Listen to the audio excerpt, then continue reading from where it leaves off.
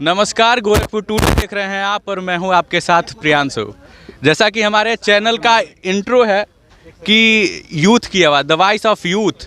तो आज हम एक ऐसे यूथ से मिलेंगे जो आज कई सारे यूथ लोगों का इंस्पिरेशन बन के उभरे हैं और वो ज़्यादा ऐसे कह सकते हैं वो जो हैं ऐसी पर्सनालिटी है जो ज़मीन से जुड़ा हुआ व्यक्ति है। और इतने युवा हम चाहेंगे अपने सहयोगी से कि एक बार कैमरा घुमा के दिखाए कि इतने सारे युवा यहाँ पे उनके लिए हैं। जी सर, हमारे साथ हैं, ये किसी पहचान के मोहताज नहीं है, फिर भी इनका परिचय दे देते हैं। इनका नाम है सतीश कुशवाहा और इन्होंने 2015 में शायद मैं सही हूँ कि आपने 16 में कि चैनल को स्टार्ट किया, जैसा कि हमने पढ़ा।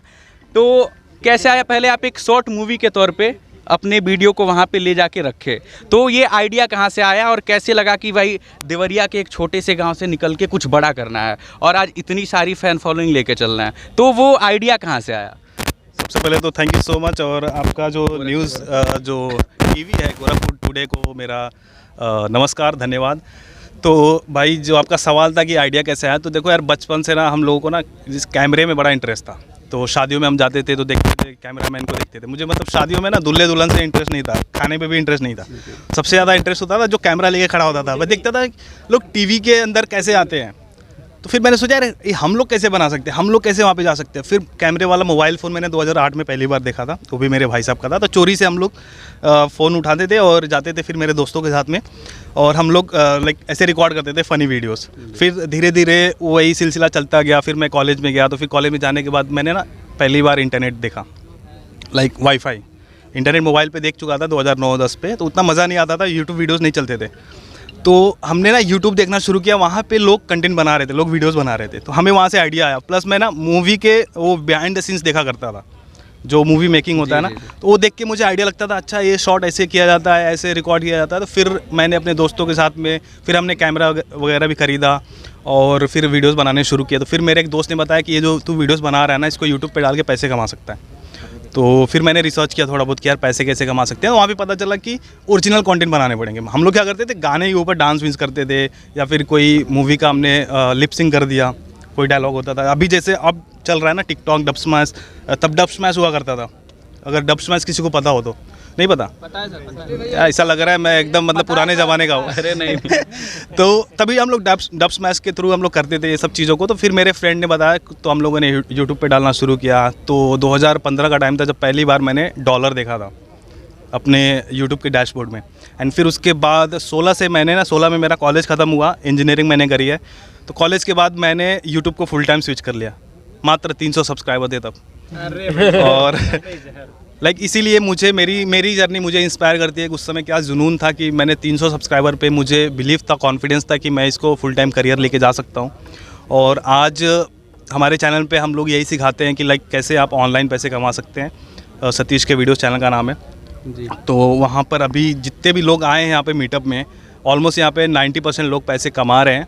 कुछ ही लोग हैं जो जिन्होंने पैसे कमाना शुरू किया है, बट काफ़ी लोग अब अच्छे पैसे कमा रहे हैं। मतलब कोई लाख रुपए कमा रहा है, कोई 2 लाख रुपए कमा रहा है। तो अच्छा लग रहा है कि जो हमने पिछले 3-4 सालों में किया है उसका रिजल्ट अब दिख रहा है। तो बस इतना ही बोलना चाहूँगा। अच्छा, आप ब्लॉगिंग में एक बहुत बड़ा नाम निकल के आता है कि ये सतीश कुशवाहा बहुत बड़ा नाम है ब्लॉगिंग में।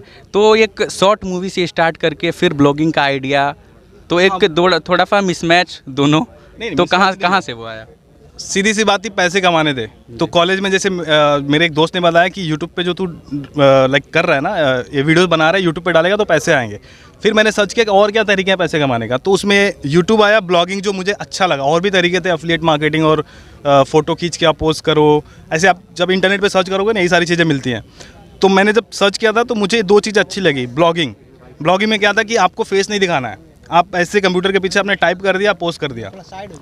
तो ब्लॉगिंग में मुझे इंग्लिश नहीं आती थी, तो मैं इंग्लिश में ब्लॉग शुरू नहीं कर सकता था। उस समय हिंदी में ब्लॉग कोई करता ही नहीं था। फिर मैंने ऐसे सर्च किया कि यूट्यूब से पैसे कैसे कमाए। तो एक बंदे का ना हिंदी में ब्लॉग दिखा, हिंदी में .net नाम था, हिंदी में हेल्प नाम था उस ब्लॉग का, रोहित मेवाड़ा नाम है उसके फाउंडर का। उस बंदे से मैं इंस्पायर हुआ। उसके ब्लॉग पे एक वो था, कॉलम था कि आप यहाँ पे गेस्ट पोस्ट कर सकते हो। तो मैंने उसके लिए ना गेस्ट पोस्ट देना शुरू किया।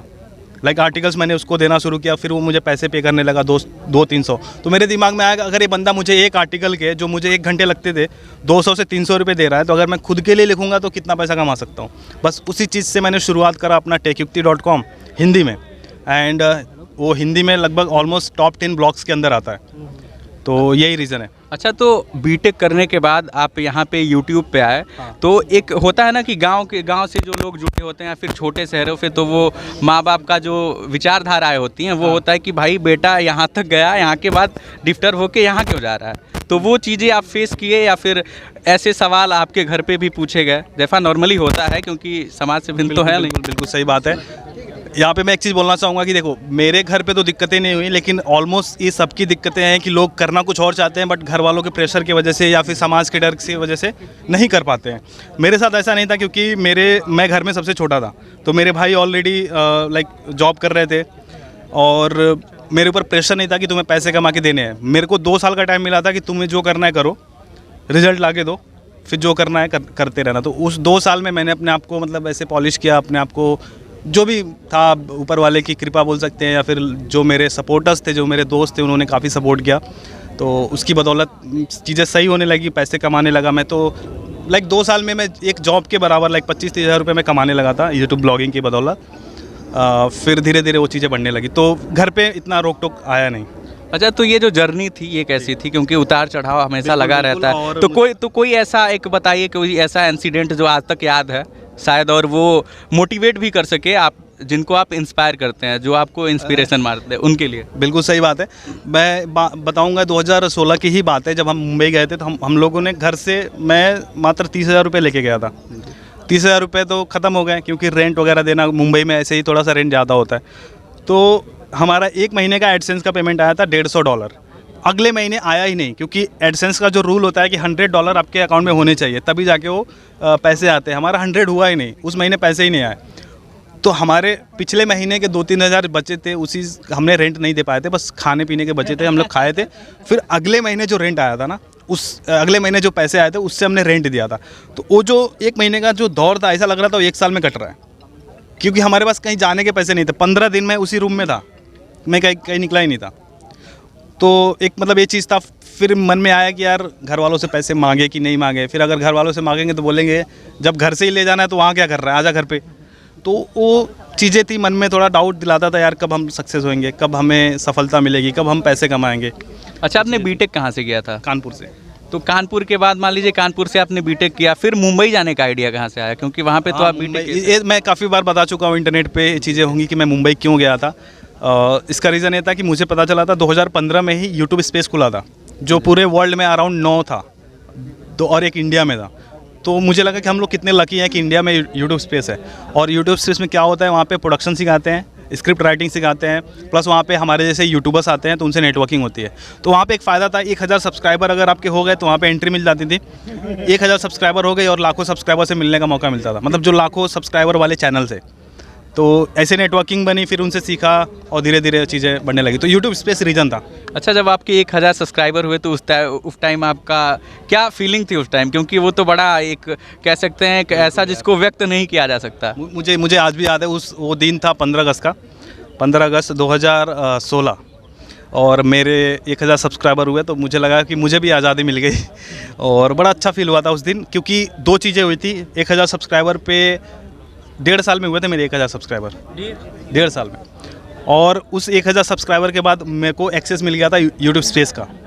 तो ये 2 चीज़ें हुई थी, तो बड़ा अच्छा लगता है, आज भी मुझे वो दिन याद है। मैं बड़ा डांस किया था उस दिन। अच्छा, आपने अमित भड़ाना हो गए और उसके बाद राजेश खन्ना, इन लोगों का जी मुकेश खन्ना, तो इन लोगों का आपने इंटरव्यू किया इन लोगों का। तो उस टाइम क्या क्रिएटिविटी थी कि भाई, अब मान लीजिए अभी तक ब्लॉगिंग कर रहे थे, फिर उसके बाद शॉर्ट मूवी से शुरू किए, ब्लॉगिंग तक आए, फिर अर्निंग के कुछ टिप्स, फिर आप इंटरव्यू भी करने लगे। तो ये आइडिया कहाँ से क्रिएट हुआ और फिर ये वाली जर्नी कैसी रही? लगता है पूरा चिट्टा निकलवा के मानेंगे। तो 2016-17 में तो हम लोग एक कॉमेडी वीडियोस कर रहे थे, इवन 18 या 19 तक हमने किया था कॉमेडी वीडियोस। बट 17 में ही मेरे को आइडिया है, जैसे कपिल शर्मा शो है ना, तो मैंने बोला कपिल शर्मा शो टीवी पे कर रहा है, मैं यूट्यूब पे करता हूँ। और उस टाइम पे ना मेरे यूट्यूबर लोगों से जान पहचान हो गई थी, जिनके लाखों सब्सक्राइबर थे। मेरे उस समय 10,000 के आसपास सब्सक्राइबर थे। तो मैंने सोचा कि एक इंटरव्यू शो करते हैं, यूट्यूब पे कोई नहीं कर रहा था। तो हमने वो शो शुरू किया, बट वो 3-4 एपिसोड के बाद बंद हो गया क्योंकि बहुत ज़्यादा मेहनत लगती थी। 3 कैमरास लगाते थे, एडिट करने वाला मैं, मेरे पास एक लैपटॉप था जो 30-40 हज़ार रुपये का लैपटॉप था। आपको पता है वीडियो एडिटिंग करने में कितनी दिक्कत होती है लैपटॉप में, तो हो नहीं पाता था। और मेरे को एक वीडियो एडिट करने में 10-12 दिन लग जाते थे क्योंकि आधे घंटे 1 घंटे की फुटेज होती थी। तो वो बंद कर दिया। फिर मैंने चालू किया तो माई स्मार्ट सपोर्ट जो धर्मेंद्र सर हैं उनकी वीडियो काफ़ी चल गई। शर्मा जी टेक्निकल के साथ में मैंने किया था, तो कंट्रोवर्सी की वजह से फिर मुझे वो वीडियो हटानी पड़ गई थी, तो वो वापस बंद हो गया। फिर शो मेरा बंद हो गया। फिर जो माई स्मार्ट सपोर्ट जो सर थे धर्मेंद्र सर ने बोला कि सतीश तुम शुरू करो, देखता हूँ कौन माई का लाल तुमको बोलता है। और फिर वापस मैंने इंटरव्यू सीरीज़ अपना शुरू किया। देन जो इंटरव्यू हमने शुरू किया था वो एंटरटेनमेंट के लिए हमने शुरू किया था, बट वो धीरे धीरे इंस्पिरेशनल के तरफ वो होने लगा था, लाइक उधर उसका डायरेक्शन हो गया। रीज़न यही था कि मैं इतना हंसा नहीं पा रहा था, क्योंकि मुझे लगता है कि जो कपिल शर्मा शो में होता है या फिर जो भी कॉमेडी शो में होता है ना, बहुत हाई लेवल की स्क्रिप्टिंग होती है। हर बार नए पंच लाना बहुत टफ हो जाता था। तो मेरे लिए था कि किसी की स्टोरी जाननी हो तो वो थोड़ा सा ईजी हो जाता था, तो थोड़ा सा इजी होता था। जैसे मान लो आप वीडियो कर रहे हो, आपने इतना प्रिपरेशन नहीं किया होगा, आपके माइंड में बस ये था कि हमें इंटरव्यू करना है, वैसे ही अभी मेरे साथ है। तो बस इस तरीके से एंटरटेनमेंट से हमने स्विच कर दिया इंस्पिरेशनल, और ये लोगों को काफ़ी पसंद आने लगा। यूट्यूब पे कोई कर नहीं रहा था, तो इस चीज़ का फ़ायदा मिला मुझे। अच्छा, एक वर्ड में आप आंसर दीजिएगा। यूट्यूब पे आप काम कर रहे हैं, आपका फेवरेट यूट्यूबर कौन है? संदीप माहेश्वरी। यूट्यूबर नहीं बोल सकते, वो पर्सन है, हमारे इंस्पिरेशन, हमारे गुरु हैं वो। ब्लॉगिंग में? ब्लॉगिंग में हर्ष अग्रवाल, क्योंकि उनके वजह से ही हम यहाँ पे हैं। टेक वगैरह में ज़्यादा देखता नहीं।